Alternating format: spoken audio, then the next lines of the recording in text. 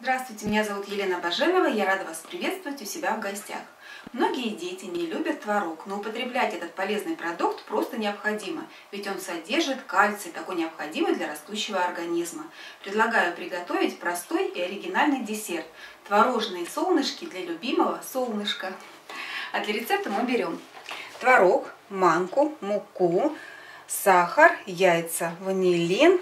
У меня персики, можно брать любые фрукты и ягоды по сезону. А также нам понадобятся кукурузные палочки. Берем яйца, разбиваем в миску. Все делается довольно просто. Все ингредиенты просто смешиваются. Так. Добавляем сахар, ванилин. Можно заменить на ванильный сахар. Так, сейчас проверю. Ага. Перемешаем.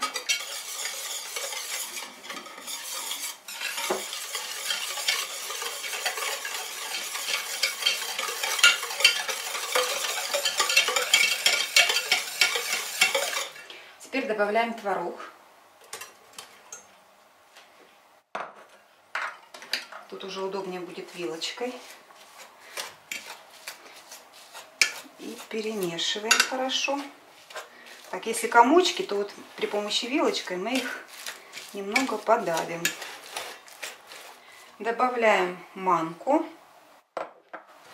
Перемешаем немножко. И муку. Теперь можно замешивать такое творожное тесто. Тесто творожное готово. Ставим воду на разогрев. Она у нас должна кипеть. Занимаемся персиками. Персик я разрезаю пополам, удаляю косточку. По возможности делаем это аккуратно. Если нет, ну уже как получится. Персик мне надо разделить где-то на 8 частей. Значит, буду сразу делить.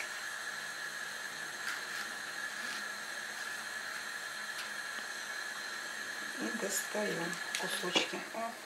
Когда водичка закипела, смачиваем руки в воде холодной. Берем немного творожного теста, катаем шарик. Размер уже сами регулируйте, какой вам больше нравится. Берем, поменьше возьму, наверное, даже меньше надо персик нарезать. И скатываем в шарик обратно. Положили начинку и скатали в шарик.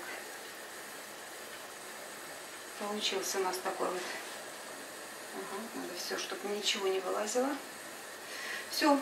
И окунаем в тесто. Ой, окунаем в воду.